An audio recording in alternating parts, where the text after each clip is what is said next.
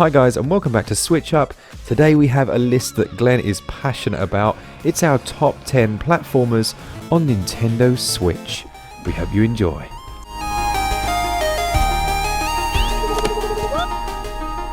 I've mentioned Pancap Who a number of times now on various list videos, and if me mentioning it again here helps sell just one more copy of this wonderful game, then it would have been worthwhile.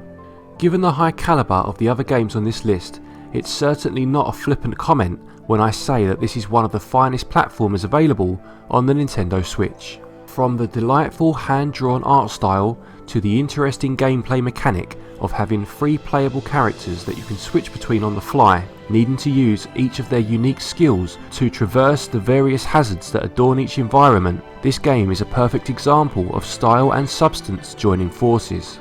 For an extremely reasonable price of £10.99 or $11.99, you are getting an adventure that will last you a good 10 hours, and there is even replayability in terms of time trial modes for each level.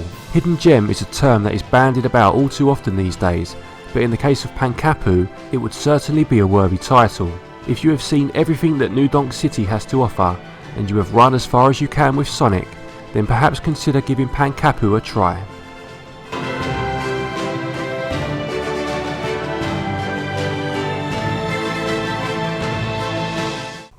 There probably isn't a great deal I can say about Celeste you don't already know.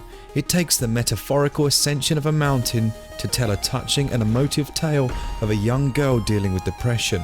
This allegory is emphasised by a musical score that is both meaningful and also haunting.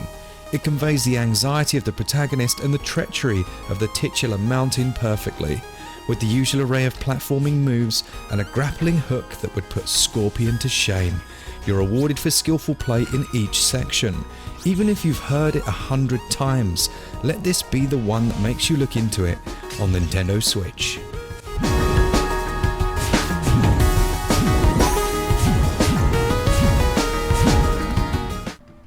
Donkey Kong Country is a series that is very close to my heart, having played the original trilogy extensively on the Super Nintendo back in the 90s. When a new entry was revealed, originally for the Wii some years later, I couldn't wait to try it, and when that fantastic reimagining of the series received its own sequel for the Wii U, Retro Studios again knocked it out of the park. Being ported to the Nintendo Switch allows for it to potentially now reach the audience that the Wii U's ill-fated run denied it, with Donkey, Diddy, Dixie and Cranky Kong all playable characters, Cranky having a touch of Scrooge McDuck about him, plus the Switch exclusive Funky Kong, albeit effectively just being the game's easy mode. Donkey Kong Country Tropical Freeze is just as good now as it was on its original release. Add in a soundtrack from the musical magician that is David Wise, who makes his return to the series, and it certainly is a game that's worth a place in anyone's Switch collection. Nice one. So from one Nintendo game to another. When we first saw Mario was coming back to the Switch, many of us hoped against hope that Nintendo could somehow capture the magic that was Mario 64. The task was essentially impossible, as most people remembered that game with the rose-tinted spectacles of nostalgia. However, Nintendo produced an absolute masterpiece, only months after Zelda, one of the highest rated games of all time, had come out. What I particularly enjoyed about Mario were the throwbacks to its 2D roots. These sections were, at one stage, almost dropped from the game, but thankfully they made the final cut. Everything about Odyssey is a labour of love, and the new mechanic of using Cappy to gain the skills and characteristics of the enemies in the world is inspired.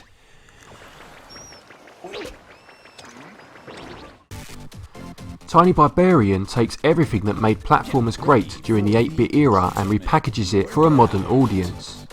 Moulding colourful pixel art with stunning chiptune music and a difficulty curve that masterfully walks the line between extremely challenging and unfair, Tiny Barbarian is a blast to play. With the option of 2-player co-op, you can bring a friend along for the ride, and with an adventure that will take most people between 10 to 15 hours to complete, it's a ride well worth taking. At around £25 or $30, it's a little pricey, but recently went on sale for an absolute steal of a price of £9. At the very least, stick it on the wish list and wait for its next sale. Get ready for The developer behind Sonic Mania was a long-time fan of the series, but felt disillusioned by the quality of some of the latter titles. He created Mania to essentially be Sonic 4 in all but name, and that is exactly what it is, in the best possible way. Each stage is familiar, but with enough new to feel fresh. The 3D Sonics since Adventure on Dreamcast have been lackluster at best, and downright terrible at worst. What makes Mania so good are the tightly designed levels and some truly great boss fights. While it doesn't reinvent the wheel, it certainly gives it a good polish and sets it spinning at several hundred miles an hour.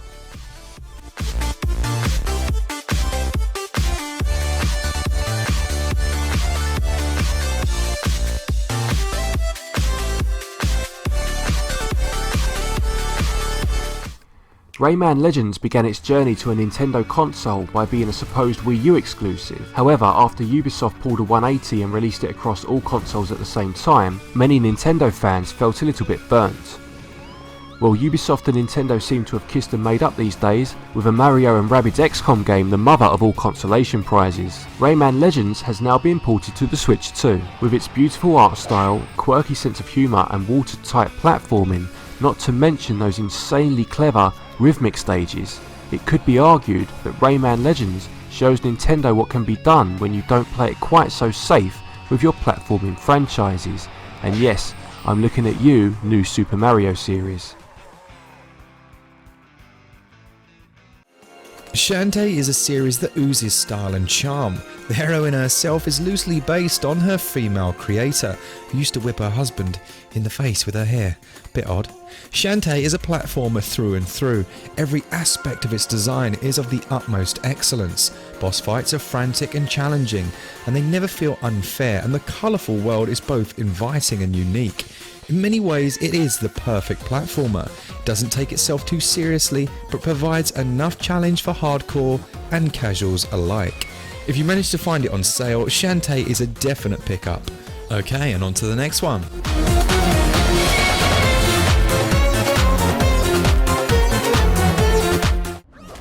Around the time that Mario was triple jumping and wall kicking around Princess Peach's front garden in Super Mario 64, a certain Bandicoot was beginning his own 3D adventure on the rival PlayStation console.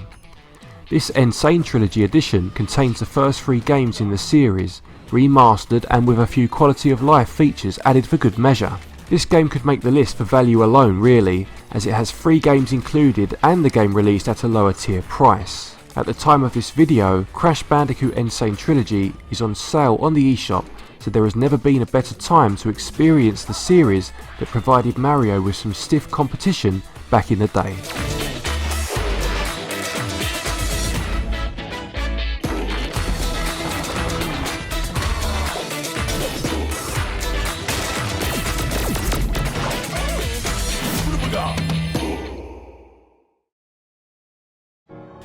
Some remasters are done perfectly, and Wonder Boy is exactly that.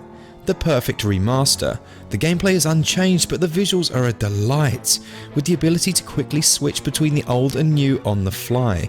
While the gameplay does feel a little dated, the character switching still feels like a relatively unique idea all these years later. The game has some excellent boss fights, but also some of the best music, the original versions and remastered being available to Switch as with the graphics. It was absolutely lovely to see Wonder Boy pop up on the eShop, as the last time I'd heard that name it was my older brother recording himself a tape cassette to chant for the game from my parents as he wanted it for Christmas. Wonder Boy is a definite pickup on Nintendo Switch. With all the best will in the world, there will still be some platformers that we'd have missed off this list because there are just so many good ones, so here are some honourable mentions.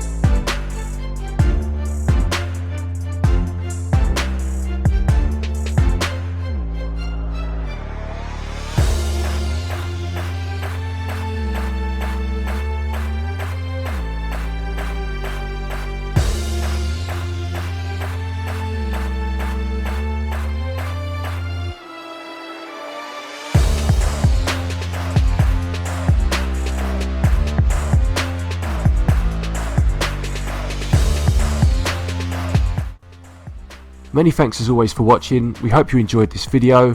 What do you think of the games on our list? Are there any that you would have included yourselves? Do you agree with our list? Do you not? Let us know down in the comments below. Yeah, we absolutely love doing these lists, and as we approach that glorious 10,000 subscriber mark, thank you so much to our first 2 Patreons, Qurious Qat and Andrew Cameron. For all things Switch all the time, keep it Switch up. See ya! And as always, ladies and gents, happy gaming.